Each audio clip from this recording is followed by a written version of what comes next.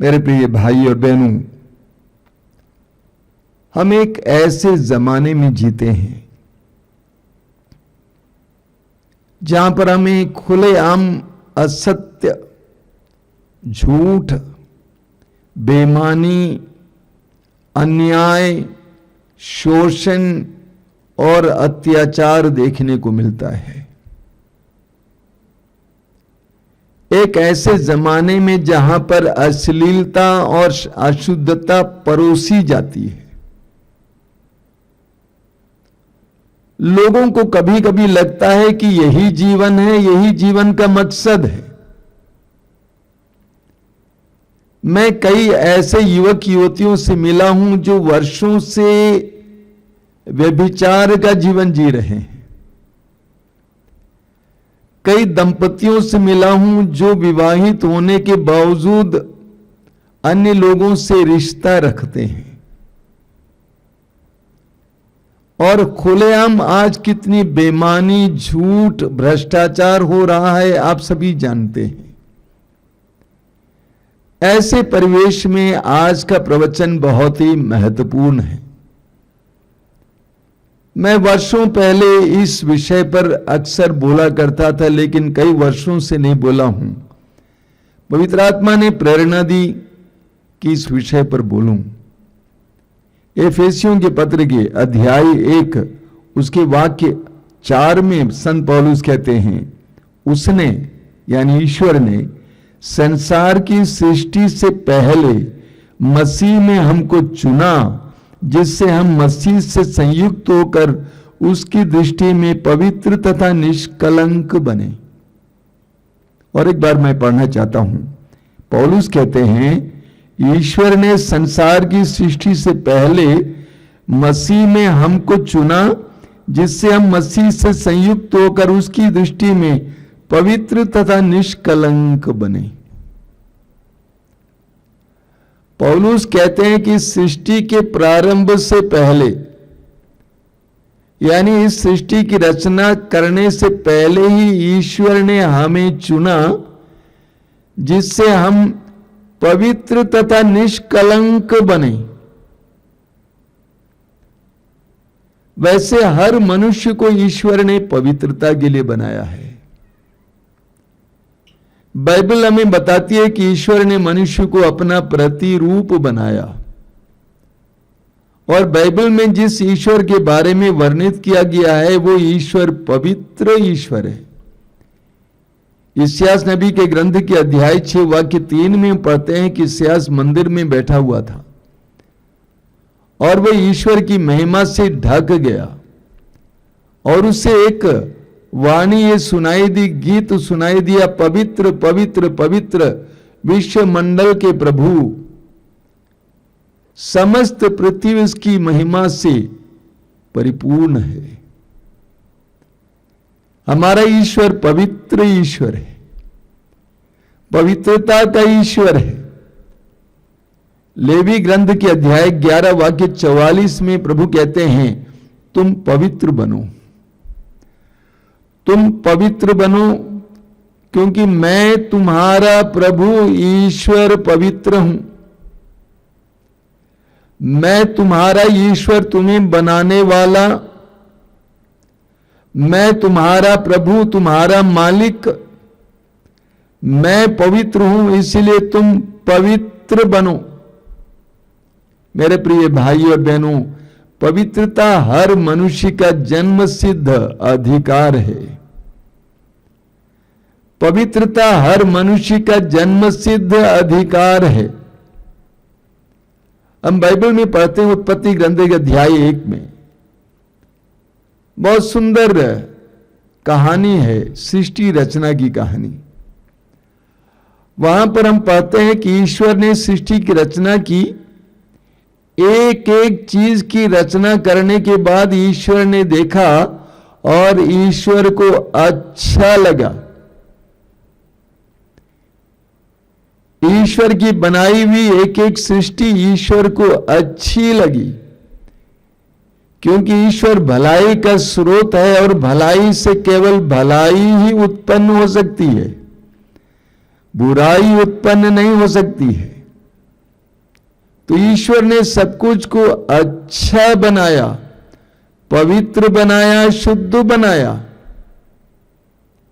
मत्ती के सुसमाचार के अध्याय 8 में आप पढ़ेंगे, एक कोढ़ी यीशु के सामने आता है और कहता है कि प्रभु आप चाहें तो मुझे शुद्ध कर सकते हैं। मत्ती अध्याय 8 वाक्य 3 में हम पढ़ते हैं, प्रभु ने यह कहकर उसको स्पर्श किया कि मैं यही चाहता हूं, शुद्ध हो जाओ। मैं यही चाहता हूं, शुद्ध हो जाओ।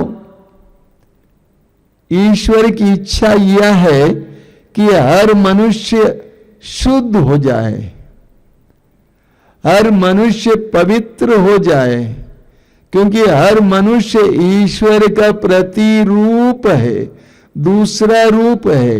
ईश्वर पवित्र है और ईश्वर चाहता है कि आप और मैं पवित्र बने, शुद्ध बने।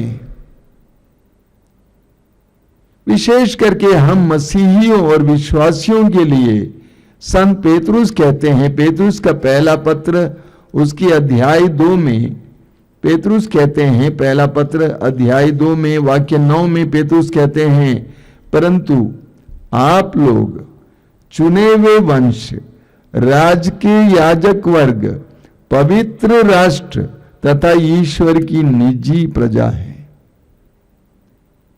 मसीहियों और विश्वासियों से पेतरुस कहते हैं कि आप सर्वसाधारण नहीं हैं, आप लोगों की एक अलग पहचान है, आप लोग चुने हुए वंश हैं, इस धरती पर से चुने हुए वंश हैं, आप राज्य के याजक वर्ग हैं, आप पुरोहित वर्ग हैं और आप एक पवित्र राष्ट्र हैं। हमारी एक अलग पहचान है, हम एक पवित्र राष्ट्र हैं। कोलोसियों के पत्र के अध्याय 3 में हम पढ़ते हैं, कोलोसी अध्याय 3 उसके वाक्य 12 से 14 तक, कोलोसी अध्याय 3 वाक्य 12 से हम पढ़ते हैं, आप लोग ईश्वर की पवित्र एवं परम प्रिय चुनी हुई प्रजा हैं। हम सर्वसाधारण नहीं हैं। पौलुस कहते हैं, आप लोग ईश्वर की पवित्र एवं परम प्रिय चुनी हुई प्रजा हैं, इसलिए आप लोगों को अनुकंपा, सहानुभूति, विनम्रता, कोमलता, सहनशीलता धारण करनी चाहिए। आप एक दूसरे को सहन करें और यदि किसी को किसी से कोई शिकायत हो तो एक दूसरे को क्षमा करें। प्रभु ने आप लोगों को क्षमा कर दिया है, आप लोग भी ऐसा ही करें। तो पौलुस हमें याद दिलाते हैं कि हम लोग ईश्वर की परम प्रिय चुनी हुई प्रजा हैं। हमें विधि वरण ग्रंथ के अध्याय 7 में पढ़ने को मिलता है। विधि वरण ग्रंथ के अध्याय 7 वाक्य 6 में मूसा यहूदियों को याद दिलाते हैं, इस्राएलियों को याद दिलाते हैं। क्या कहते हैं? तुम लोग अपने प्रभु ईश्वर की पवित्र प्रजा हो।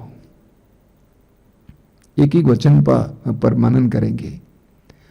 तुम लोग अपने प्रभु ईश्वर की पवित्र प्रजा हो।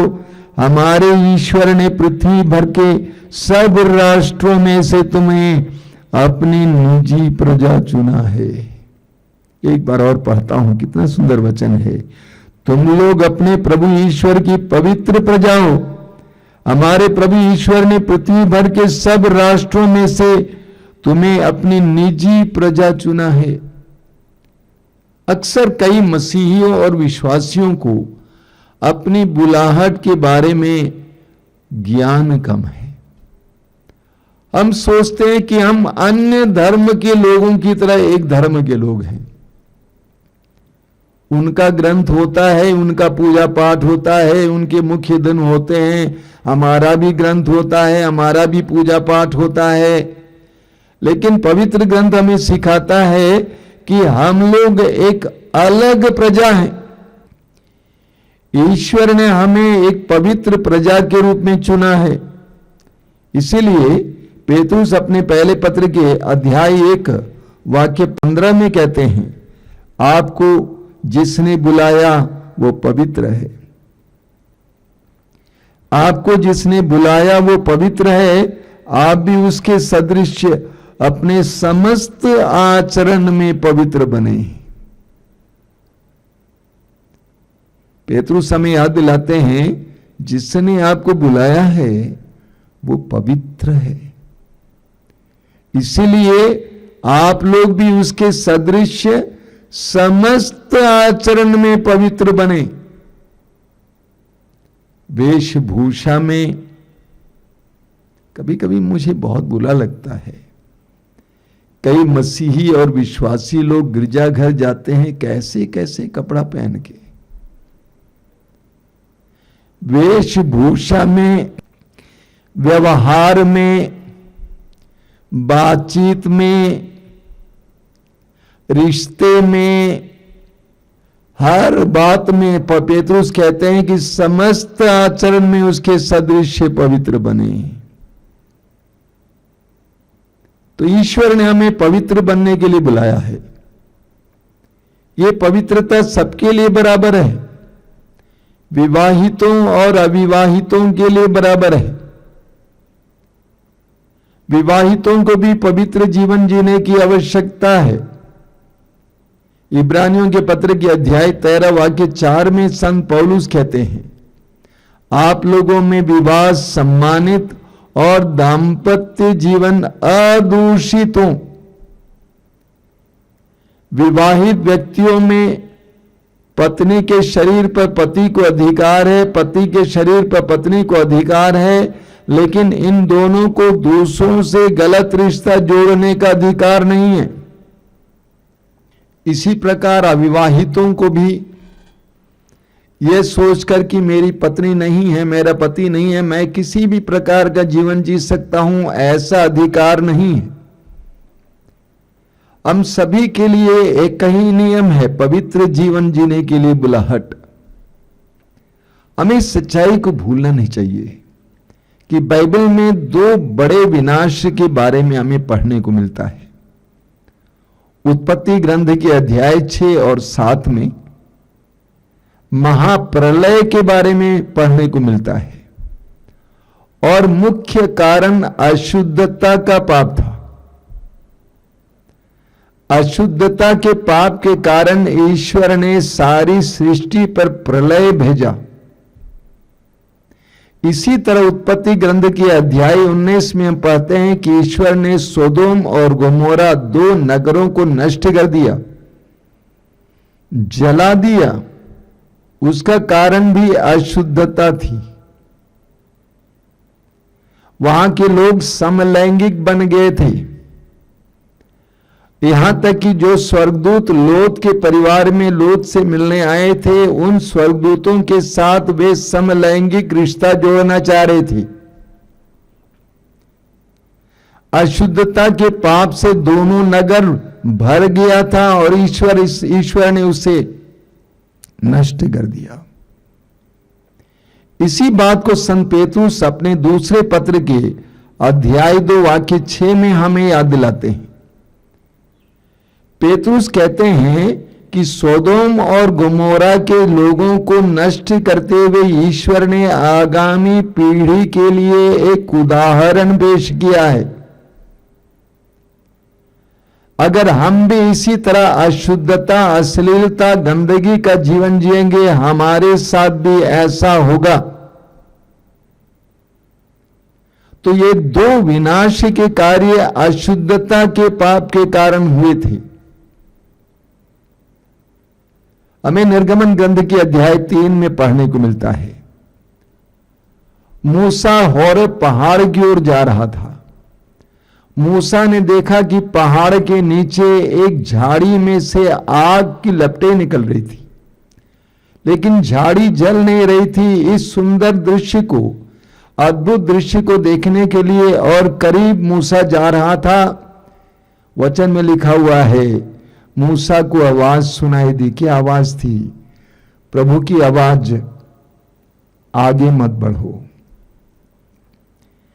आगे मत बढ़ो, पैरों के जूते उतार दो, क्योंकि जिस भूमि पर तू खड़ा है वो पवित्र भूमि है। आगे मत बढ़ो, आगे बढ़ने से पहले अपने जूते उतार दो, अपनी गंदगी को निकाल दो। जूते गंदगी पर चलते हैं, वो जूते निकाल दो। आज भी हम मंदिरों में जाते हैं, गिरजाघरों में भी जाते हैं तो जूते उतारते हैं, क्योंकि उस जूते पर गंदगी लगी हुई रहती है। कहां कहां से वो कर्म जाते नहीं हैं। प्रभु ने मूसा से कहा कि आगे बढ़ने के लिए अपने जूते को उतारना है।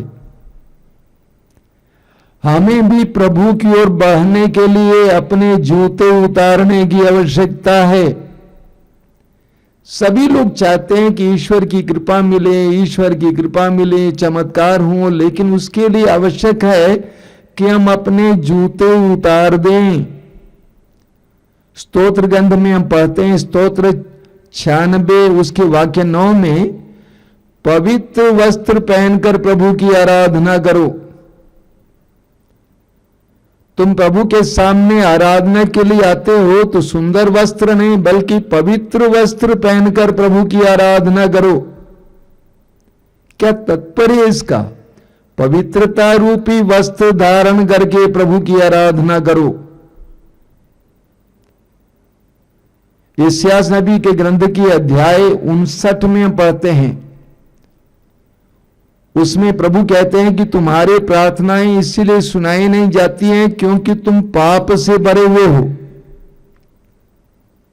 तो प्रभु का वचन कहता है कि पवित्र वस्त्र पहनकर प्रभु की आराधना करो, पवित्रता रूपी वस्त्र पहनकर प्रभु की आराधना करो। एफेसियों के पत्र की अध्याय 5 उसके वाक्य 1 से 4 तक हम इस प्रकार पढ़ते हैं। पौलुस कहते हैं, आप लोग ईश्वर की प्रिय संतान हैं। देखिए, आप लोग ईश्वर की प्रिय संतान हैं, इसलिए उसका अनुसरण करें और प्रेम के मार्ग पर चलें, जिस तरह मसीह ने आप लोगों को प्यार किया और सुगंधित भेंट तथा बलि के रूप में ईश्वर के प्रति अपने को हमारे लिए अर्पित कर दिया। मसीह ने यही किया, एक सुगंधित भेंट की तरह हमारे लिए अर्पित किया। जैसा कि संतों के लिए उचित है, आप लोगों के बीच किसी प्रकार के व्यभिचार और अशुद्धता अथवा लोभ की चर्चा तक ना हो, और न भद्दी, मूर्खतापूर्ण या अश्लील बातचीत, क्योंकि यह अशोभनीय है। पौलुस हमें याद दिलाते हैं कि आप लोग ईश्वर की प्रिय संतान हैं, आप लोग मसीह के प्रिय संतान हैं। कोलोसियों के पत्र के अध्याय 3 में संत पौलुस हमें याद दिलाते हैं, उसके वाक्य 8 और 9 में पौलुस हमसे कहते हैं, आप लोगों को क्रोध, उत्तेजना, द्वेष, परनिंदा और अश्लील बातचीत ये सब एकदम छोड़ देना चाहिए। कभी एक दूसरे से झूठ नहीं बोले। आप लोगों ने अपना पुराना स्वभाव और उसके कर्मों को उतार कर एक नया स्वभाव धारण किया है। पौलुस कहते हैं कि आप लोगों को क्रोध, उत्तेजना, द्वेष, परनिंदा और अश्लील बातचीत ये सब एकदम छोड़ देना चाहिए, क्योंकि आप ईश्वर की चुनी हुई प्रजा हैं।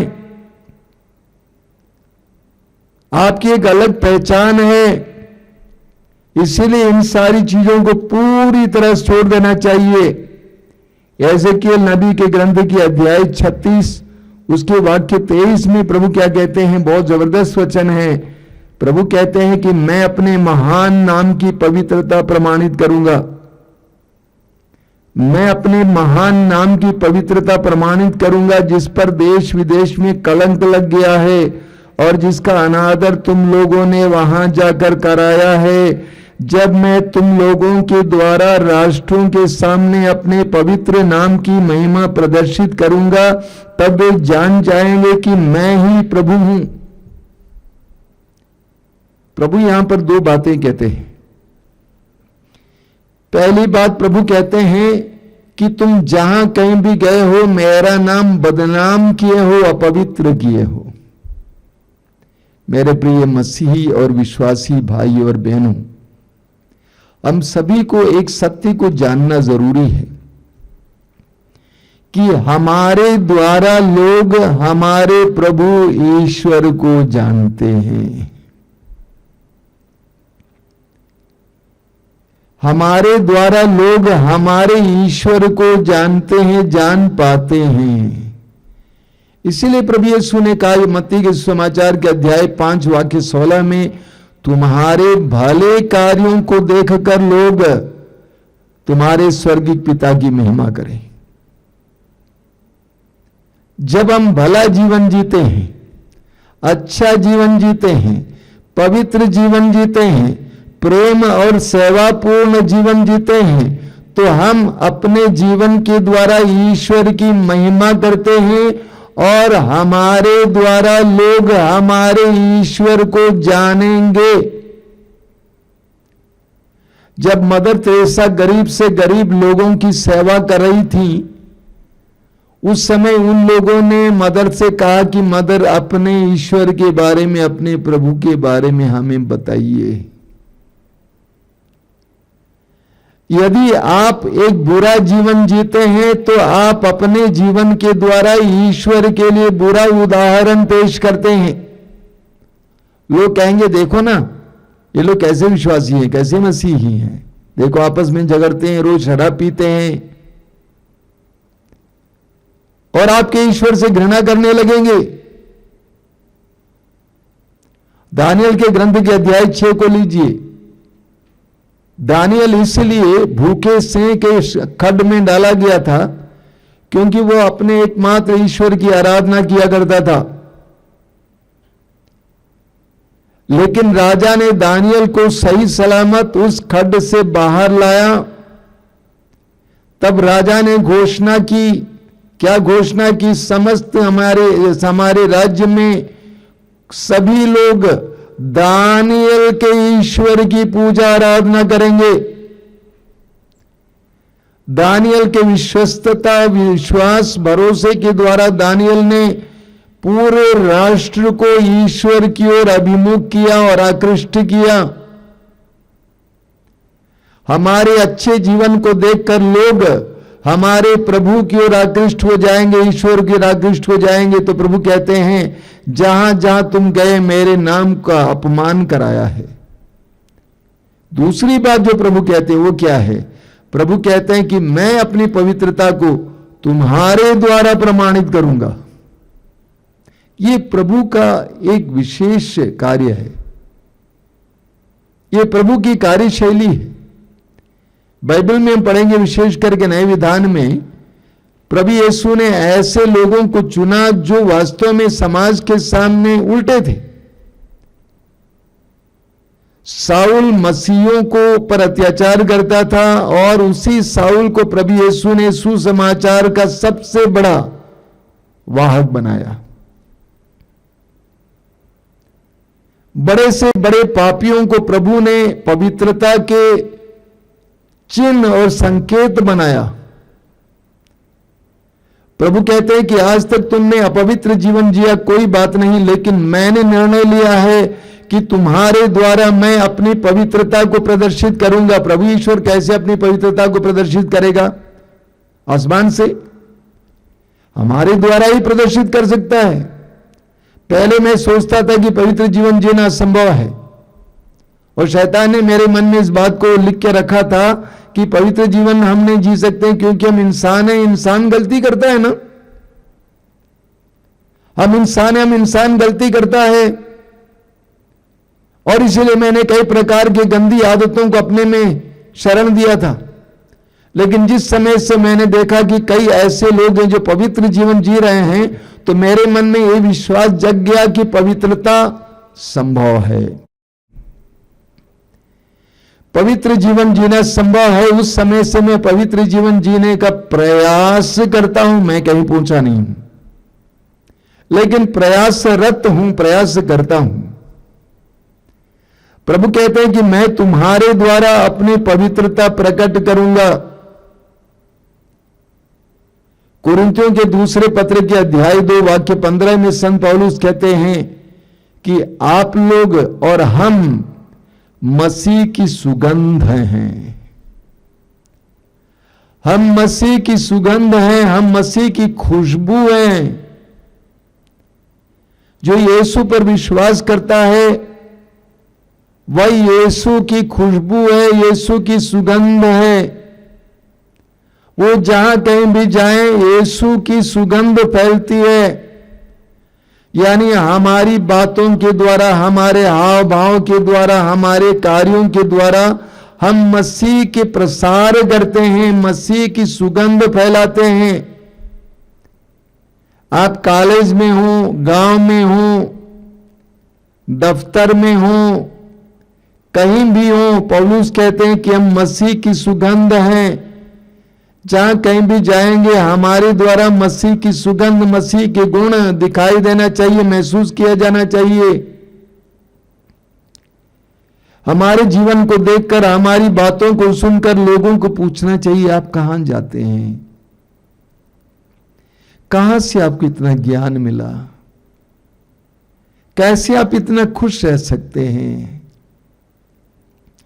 कैसे आप इतना पवित्र जीवन जी सकते हैं। मुझे भी ले चलिए ना।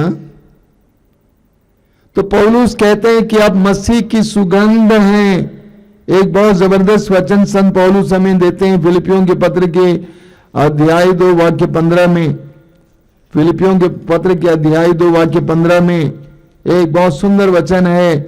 पौलुस कहते हैं आप निष्कपट और निर्दोष बने रहें और इस कुटिल एवं पथ भ्रष्ट पीढ़ी में ईश्वर की सच्ची संतान बनकर आकाश के तारों की तरह चमकें। और एक बार मैं पढ़ता हूं, पौलुस कहते हैं आप निष्कपट और निर्दोष बने रहें और इस कुटिल एवं पथभ्रष्ट पीढ़ी में ईश्वर की सच्ची संतान बनकर आकाश के तारों की तरह चमकें। जमाना खराब है, परिस्थितियां अच्छी नहीं है, हम जानते हैं, लेकिन ऐसी परिस्थिति में भी पौलुस कहते हैं कि आप आकाश के तारों की तरह पवित्र जीवन जीते हुए चमकें। ये हमारी बुलाहट है। संसार दुष्ट है, संसार में बहुत सारी बुराइयां हैं। हमें संसार की तरह नहीं बनना चाहिए। हमें संसार के मूल्यों को नहीं अपनाना चाहिए। हमें अपनी उंगली को टेढ़ी नहीं करना चाहिए। हमें बेईमानी नहीं करनी चाहिए। हमें अपवित्र नहीं बनना चाहिए। पौलुस कहते हैं कि इस कुटिल और दुष्ट समाज में रहते हुए भी आकाश के तारों की तरह चमके आप। ये हमारी बुलाहट है मेरे प्रिय भाई और बहनों। आपने कमल का फूल देखा है। कमल का फूल पानी के ऊपर रहता है लेकिन उसकी जड़ें कीचड़ में रहती हैं। जड़ें कीचड़ में है लेकिन फूल पानी के ऊपर रहता है। बहुत सुंदर प्रतीक है। इस संसार में रहते हुए भी कई लोग, मैंने देखा है, मैंने सुना है, कई लोग संसार को कोसते, क्या करें, जमाना खराब है, जमाना खराब है। तो आपको प्रभु ने चुना है ना। योहान के सुसमाचार के अध्याय 15 वाक्य 19 में प्रभु कहते हैं कि मैंने तुम्हें संसार से अलग किया है। आपको प्रभु ने चुना है, अलग किया है। संसार कैसा भी हो, हम अलग हैं। हमारी एक अलग पहचान है। हमें पवित्रता के लिए बनाया गया है। हमें तारों की तरह चमकना है। हमें काले नहीं होने हैं। हमें तारों की तरह चमकना है। इसके लिए प्रभु ने बुलाया है। पवित्रता का क्या नतीजा है, इसके बारे में योशुआ के ग्रंथ की अध्याय 3 वाक्य 5 में प्रभु कहते हैं। योशुआ का ग्रंथ अध्याय 3 वाक्य 5 में प्रभु कहते हैं, अपने को पवित्र बनाए रखो, अपने को पवित्र बनाए रखो और कल तुम्हारी आंखों के सामने प्रभु चमत्कार दिखाएगा। ये उस समय की बात है जब इस्राएली लोग अपने देश पहुंच गए थे, प्रतिज्ञा देश पहुंच गए थे, लेकिन अब योशुआ के नेतृत्व में वे आगे बढ़ रहे थे। लेकिन उन्होंने देखा कि यरदन नदी में बाढ़ आई थी। हालांकि यरदन नदी बहुत छोटी नदी है, लेकिन बाढ़ आई थी, बहुत ज्यादा पानी था। तो योशुआ ने प्रभु से पूछा कि प्रभु अब मैं क्या करूं, हम लोग क्या करें? तो प्रभु ने कहा, लोगों से कहो अपने को शुद्ध करें, पवित्र बनाए रखें, कल मैं उनके आंखों के सामने चमत्कार करूंगा। और जैसे प्रभु ने कहा वैसे लोगों ने अपने आप को शुद्ध किया, नहाया धोया। अगले दिन प्रभु ने उस नदी को बहने से रोक दिया और इस्राएली लोग सूखे धरती के पर चलते हुए उस नदी को पार किया। आज इसका तात्पर्य क्या है? प्रभु कहते हैं तुम अपने को पवित्र बनाए रखो, मैं तुम्हारी आंखों के सामने चमत्कार दिखाऊंगा। क्या तुम चाहते हो कि तुम्हारे परिवार में चमत्कार देखोगे? अपने को पवित्र बनाए रखो, हर प्रकार के दोष से मुक्त रखो, क्रोध, बैर, ईर्ष्या, जलन, नशा, वासना, अश्लीलता, इससे अपने को बचा के रखो। और जितने तुम पवित्र होते जाओगे उतना तुम देखोगे कि कैसे प्रभु तुम्हारे जीवन में चमत्कार करेगा। तिमोथी के दूसरे ग्रंथ के दूसरे पत्र के अध्याय 2 में एक बहुत जबरदस्त वचन है। तिमोथी का दूसरा पत्र उसकी अध्याय 2 में वाक्य 20 और 21 में वहां पे लिखा हुआ है, किसी भी बड़े घर में न केवल सोने और चांदी के बल्कि लकड़ी और मिट्टी के भी पात्र पाए जाते हैं। कुछ पात्र ऊंचे प्रयोजन के लिए हैं और कुछ साधारण प्रयोजन के लिए। जो मनुष्य इस प्रकार का दूषण अपने से दूर करेगा वह एक ऐसा पात्र बनेगा जो ऊंचे प्रयोजन के लिए है, पवित्र, गृह स्वामी के योग्य और हर प्रकार के सत्कार्य के लिए उपयुक्त है। मैं सरल भाषा में समझाऊंगा। पुराने जमाने में बड़े बड़े घरों में, धनी घरों में सोने के पात्र होते थे, चांदी के पात्र होते थे, लकड़ी के पात्र होते थे, मिट्टी के पात्र होते थे और हर पात्र को उसकी गुणवत्ता के अनुसार इस्तेमाल किया जाता था। सोने के पात्र में पीने का पानी रखा जाता था, शायद चांदी के पात्र में पीने का पानी रखा जाता था, शायद मिट्टी और लकड़ी के बर्तन में पात्र में हाथ धोने का पानी रखा जाता था। तो पात्र के अनुसार उसका उपयोग होता है। पौलुस कहते हैं कि अगर हम लोग दूषण से शुद्ध हो जाएंगे, अपवित्रता से अपने आप को दूर रखेंगे, अपने को पवित्र बनाएंगे, तो प्रभु ईश्वर हमें ऊंचे कार्य के लिए इस्तेमाल करेगा। एक सिस्टर थी, बहुत अच्छी सिस्टर थी, 1.5 साल पहले गुजर गई। वो सिर्फ शायद क्लास 6 तक पढ़ी थी और सिस्टर लोगों के कॉन्वेंट में किचन में काम करने आई थी। काम करते करते उसने मां मरियम से प्रार्थना की, हे मां मरियम, यदि तू मुझे सिस्टर बनाएगी तो मैं वेलांकन्नी नाम लूंगी। और ऐसा ही हुआ, कक्षा 6 तक पढ़ी उस लड़की को सिस्टर बनने के लिए मौका दिया गया। वो सिस्टर बनी। सिस्टर बनने के बाद मेरे ख्याल से करीब 25 साल तक किचन संभालती थी। लेकिन उसके बाद पवित्र आत्मा ने उसको स्पर्श किया, उसको पवित्र आत्मा इस्तेमाल करने लगा। लोग उसके पास जाते थे उससे सलाह लेने के लिए। वो स्वयं मेरे साथ कई जगहों पर साधना देने के लिए गई हैं, और जो बोलती थी वो सही निकलता था। जैसे जैसे हमारी गुणवत्ता बढ़ेगी, जैसे जैसे हमारी गंदगी मिटती जाएगी, ईश्वर हमें महान कार्य के लिए इस्तेमाल करेंगे। ईश्वर हमें महान कार्य के लिए इस्तेमाल करेगा। इसीलिए प्रभु कहते हैं पवित्र बनो, क्योंकि मैं तुम्हारा प्रभु ईश्वर पवित्र हूं। मेरे प्रिय भाई और बहनों, हमें अपने आप को देखने की आवश्यकता है कि मेरे अंदर अपवित्रता है।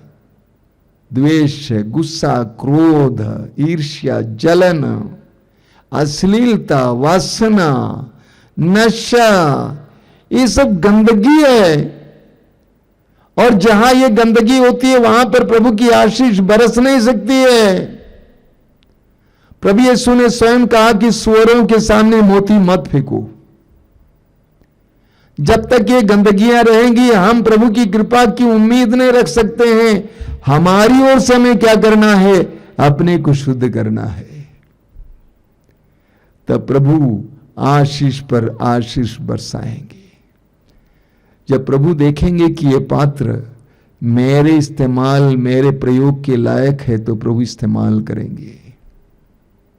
हम आज प्रार्थना करेंगे कि हमारे व्यक्तिगत जीवन में पवित्रता आ जाए, हमारे परिवार में पवित्रता आ जाए। आंखें बंद कीजिए। धन्यवाद देते हैं प्रभु आज के सुंदर दिन के लिए। तेरे पवित्र वचनों के लिए धन्यवाद देते हैं। तेरे पवित्र वचनों के द्वारा हमें आह्वान करने के लिए, हमें ललकारने के लिए धन्यवाद देते हैं। हम तेरी आशीष चाहते हैं, तेरी कृपाएं चाहते हैं, लेकिन उसके लायक नहीं है प्रभु। हमें उसके लायक बनाइए। हमें गंदगी को त्यागने की कृपा दीजिए। ये जो गंदगी बोलने की आदत है, सोचने की आदत है, करने की आदत है, ये जो ईर्ष्या, जलन, क्रोध, अहंकार, वासना, इससे हमें छुटकारा दीजिए, ताकि हम इस संसार में, कुटिल संसार में, बुराई से भरे संसार में आकाश के तारों की तरह चमक सके। हमारी प्रार्थना को ग्रहण कर प्रभु। आमीन।